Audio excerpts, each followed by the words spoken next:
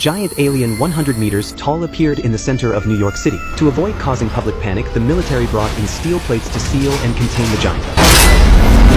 To study the origin of the giant, the military transported it through underground tunnels to a deep military base. Several scientists then used drills to dismantle it. They hoped to unlock the secrets of alien technology. But when the team was installing a new drill, one scientist noticed the removed drill bit shrinking rapidly. When they zoomed in, they discovered it was covered in swarms of nanoworms. They were chewing through the drill bit.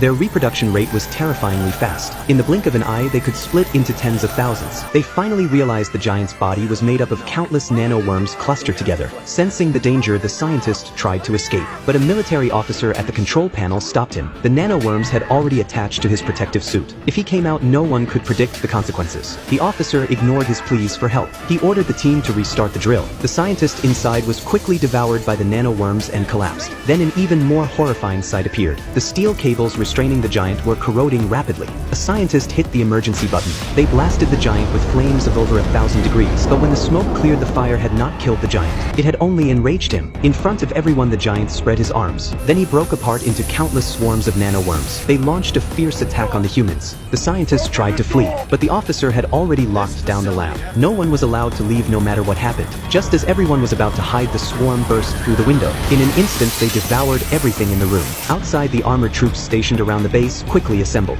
Thousands of soldiers had just formed up, when suddenly the lab door came flying out.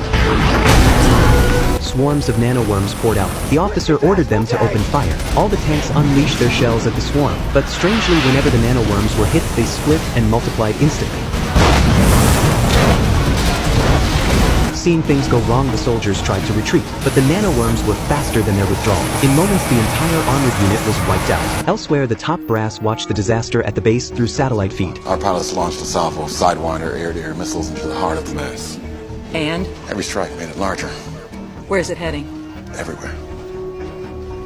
Meanwhile, a truck was driving down the road. The driver suddenly saw a huge crack spread across his windshield. Before he could react, swarms of nanoworms came rushing toward him. Within seconds, the truck was consumed. Anything they touched vanished instantly. Even a stadium that could hold tens of thousands was devoured in seconds. The swarm quickly headed for the city center. Humanity had no way to stop the nanoworms' destruction. Now the only one who could kill them was this man.